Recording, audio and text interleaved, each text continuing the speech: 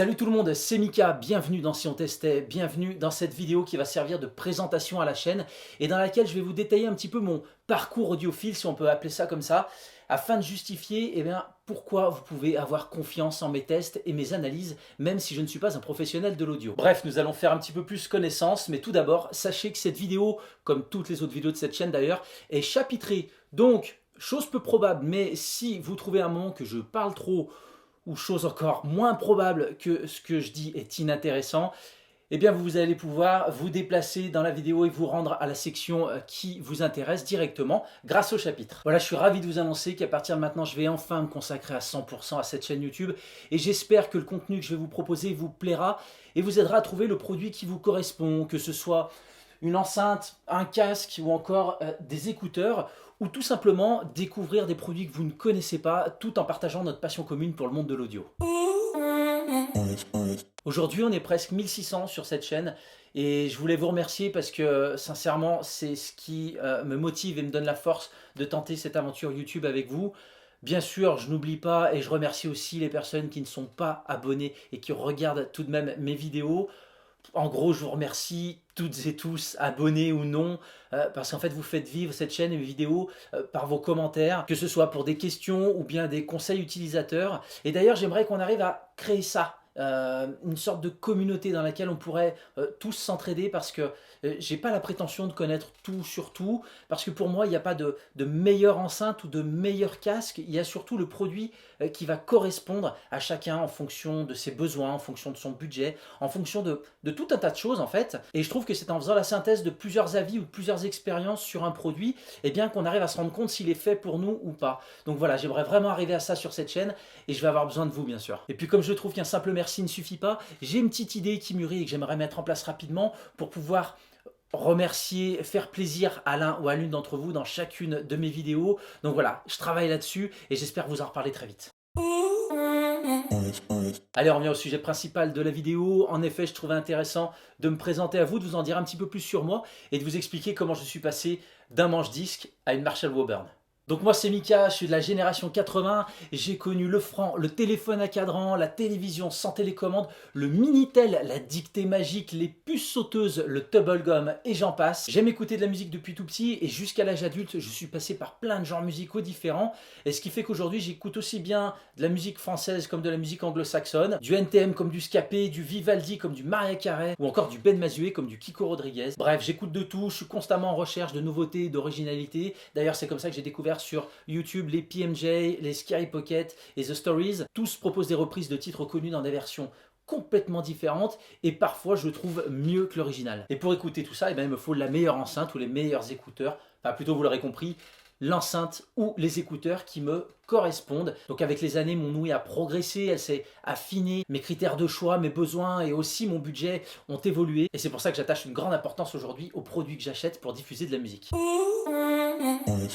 D'ailleurs, je vous propose de passer en revue tout ou presque tous les appareils que j'ai possédés depuis tout petit et je dois vous avouer que je me suis bien marré à répertorier tout ça. Et je me suis aperçu que sans le savoir, je mettais très tôt un pied dans le monde de l'audio puisque vers l'âge de 3-4 ans, je possédais déjà ma première enceinte portable, un manche-disque. Alors pour ceux qui ne connaissent pas, un manche-disque, c'est ça. Manche-disque, nom masculin, signifie électrophone portatif automatique comportant une fente dans laquelle on insère un disque 45 tours. C'est ma grand-mère qui me l'avait offert à l'époque et mes parents n'en pouvaient plus parce que j'écoutais en boucle la danse des canards. Je naviguais dans tout l'appartement avec et ils avaient une tête comme ça. En tout cas, c'était très drôle de se remémorer ce moment avec mes parents puisque c'est eux qui m'ont aidé bien sûr à retrouver un peu les produits que j'ai pu avoir pendant mon enfance. Je me suis équipé du téléphone en support pour commenter les photos parce que du coup c'est grâce aux photos que j'ai retrouvé un petit peu les appareils que j'ai eus et on se retrouve directement, regardez-moi ça, je dois avoir 7-8 ans, on passera sur ma ganache, mais regardez-moi ce combo platine vinyle avec les deux haut-parleurs, plus à côté, regardez ça, le petit lecteur cassette enregistreur, le bouton rouge que vous voyez ici, c'est pour enregistrer. Alors je sais pas ce que je faisais à l'époque avec ça, mais voilà un petit peu comment on écoutait de la musique dans les années 80 quoi. Et ensuite on arrive Noël 2009, pardon je voulais bien sûr parler de Noël 1989, donc bientôt 10 ans pour moi parce que je suis de début d'année. First Line, ma première chaîne hi-fi, regardez-moi ça, donc on a toujours la platine vinyle sur le dessus, cette fois la cassette elle est intégrée, on a même deux lecteur cassette, vous voyez le A et le B. Désolé, c'est un peu flou, hein, mais j'ai pris en photo une photo qui était floue. Et alors on le devine ici, mais je me suis souvenu de ça. On a un égaliseur là, et vous avez, je crois déjà, on avait au moins 5 bandes, et donc je pouvais régler, alors je sais pas ce que je faisais à l'époque, si c'était du grand son ou pas, mais je comprends peut-être pourquoi j'ai dérivé un peu comme ça, à être pointilleux sur l'audio, si déjà à 10 ans, voilà, on me mettait des choses comme ça dans les mains. Donc là on commençait, on le voit pas non plus, mais on commençait à avoir des enceintes assez grosses, donc le son commençait à péter un petit peu là. Allez, là j'ai plus les années, mais je sais qu'ensuite je suis passé sur une Shenify Aiwa NSX, alors modèle NSX quelque chose. Ça ressemblait à ça en tout cas. Et on était passé donc sur de la Shenify avec lecteur CD. On abandonne la platine vinyle, on a même un chargeur CD, voilà, sur le dessus, double cassette, des grosses enceintes, ça envoyait du gros son à l'époque. Allez, j'ai toujours pas les années, mais ensuite je suis passé toujours chez Aiwa sur une Shenify portable, la CSD SR6, regardez ça, elle était magnifique. On avait un seul lecteur CD, toujours double cassette, auto-reverse, enregistrement rapide, etc. Je m'amusais à faire des petits délires avec les voix des Chipmunks en enregistrement rapide. Et on avait là sur le dessus les deux petits boutons que vous voyez en haut, et ben c'était réglage aussi des aigus et des graves. En tout cas voilà, magnifique chaîne, j'ai possédé ça un petit moment et ça faisait vraiment du son de dingue. Ah, j'ai aussi été équipé d'un Walkman Sony, le WM-EX511, il était magnifique, voilà, il était argenté, finition mat, et il faisait l'épaisseur de la cassette, hein, c'était un lecteur cassette, hein, bien sûr, et on fonctionnait sur batterie rechargeable. Vous avez la partie noire sur le côté, c'était un adaptateur dans lequel on pouvait venir mettre des piles si on avait plus de batterie. Voilà, plein de petits boutons, c'était vraiment top ça. Je l'ai vraiment aimé ce baladeur, et il avait un très bon son et des très bons écouteurs, et voilà un peu l'intérieur, mais il faisait l'épaisseur de la cassette, c'était génial à l'époque d'avoir des produits comme ça. Ensuite, ce produit, je m'en souviens bien aussi parce que je l'ai gardé un bon moment. Une chaîne JVC, la MXS6RMD, chargeur 3 CD sur le dessus, un écran en couleur qu'on pouvait changer, faire varier en plein de couleurs. Et puis, j'étais un des rares à croire en l'essor du mini-disque, vous l'avez vu là à l'image. Donc voilà, le mini-disque, c'est des petites disquettes, mini-CD quoi. Et bon, voilà, j'ai voulu croire en ça. Ça n'a pas très bien fonctionné malheureusement. Donc écoutez, si vous avez besoin de conseils, hein, sur investissement sur du long terme, les NFT, métaverse, etc., me suivez pas. Me suivez pas. Apparemment, je suis pas fait pour ça. Et voilà, super produit JVC pour l'époque, je me souviens. Et ça aussi, je l'ai gardé un très très bon moment. Voilà, j'adorais beaucoup ce petit produit-là. Là, on est en 2006, les amis, on arrête les Shenify. Il me fallait un produit qui me permette de diffuser le son de mes MP3 depuis mon ordinateur.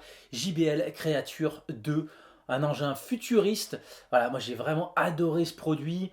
Vous avez les boutons là qui allaient vous permettre, donc le caisson de basse, sur le caisson de basse, on peut régler les aigus et les graves. Et vous avez deux tweeters comme ça, là on aperçoit les boutons de réglage du volume, plus et moins les boutons argentés là. D'ailleurs la petite anecdote, c'est que je me suis aperçu et je l'ai retrouvé sur des forums, dès que vous touchez, vous voyez les petites lumières bleues en dessous comme ça, et dès que vous touchiez les boutons pour régler le volume, malheureusement ça grésillait, mais super produit, j'ai gardé ça aussi un bon moment. Allez, on est en 2011, j'avais fait l'acquisition d'un iPad et du coup je me servais plus de l'iPad que de l'ordinateur, donc il me fallait un produit pour diffuser le son depuis l'iPad, et j'ai trouvé ça, JBL OnBeat.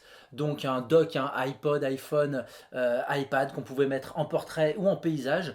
Pareil, j'adorais le design. Et le petit point négatif, c'est qu'il n'était pas Bluetooth. Mais voilà, j'ai pas mal aimé ce produit. Et puis vous allez le voir tout de suite. Je l'ai rendu Bluetooth grâce à ceci. Elle est là, elle est encore là. JBL, comment ça s'appelle déjà? JBL Micro Wireless. Regardez ça. Donc c'est un produit que j'ai encore, qui est dans un sale état parce que je l'ai donné à ma belle-fille. L'avantage de cette enceinte, c'est qu'elle est Bluetooth et qu'elle elle avait aussi déjà le jack. Bon, le jack, si on voit bien, il n'y est plus. Du coup, ça m'a permis de rendre ma JBL OnBeat Bluetooth, puisque je branchais le jack de la micro wireless sur la OnBeat. Je diffusais le son sur la micro wireless qui, elle, faisait ressortir le son par la OnBeat. Je vous avoue qu'on perdait en qualité, on perdait en puissance, mais voilà, je me suis débrouillé comme ça à l'époque. Elle s'allume, elle fonctionne encore, hein. Je vous ferai peut-être un test. Puis en termes de qualité, bon ça... Ça c'est du niveau d'une Go 2 quoi. Donc et encore, je sais même pas, faudrait que je la réécoute, je l'ai même pas réécouté. 2014, les choses sérieuses commencent. On monte en gamme sur les enceintes Bluetooth. Bose SoundLink Mini première génération, je l'ai encore, c'était un super produit, honnêtement, il fait son poids, un super produit, voilà, pour ceux qui ne connaissaient pas, voilà comment ça se présente un petit peu sur le dessus, il y avait un petit socle de charge, dans très très bon produit, malheureusement un peu trop de grave, un son un peu trop, vraiment trop dans les graves à cette époque chez Bose, et puis on n'avait pas de possibilité de réglage, pas d'application, pas de potentiomètre qu'on peut retrouver chez les Marshall aujourd'hui. On jouait seulement sur l'égaliseur du smartphone, donc c'était voilà, un son très très bon. On pouvait manquer de puissance, mais toujours pareil par rapport à la taille de la bête, c'était déjà très très bien. Mais voilà, un son un peu trop grave pour moi. Et du coup, 2015, les choses sérieuses commencent aussi pour les enceintes de salon. Et là, je vais en boutique, je vais en magasin, et puis je reviens avec ça. Harman Kardon Aura Studio, on est en janvier 2015, produit ultra design, ultra futuriste, ultra tout ce que vous voulez. Moi j'adore, on avait le haut-parleur là dans la base, son à 360. Mon épouse trouvait que ça ressemblait à une centrifugeuse. Le problème c'est qu'en magasin le son était très très bien. Et puis arrivé à la maison, c'était plus ça du tout. Honnêtement, on manquait de médium. Pareil, toujours pas de réglage. Donc en fait, tout ce qui était voix, c'était étouffé. Et honnêtement, c'était pas joli. Moi qui suis très méticuleux, je l'ai déballé correctement. Du coup, j'ai tout remis dans le carton. Je suis reparti en boutique et je suis revenu avec Marshall Stanmore, première génération.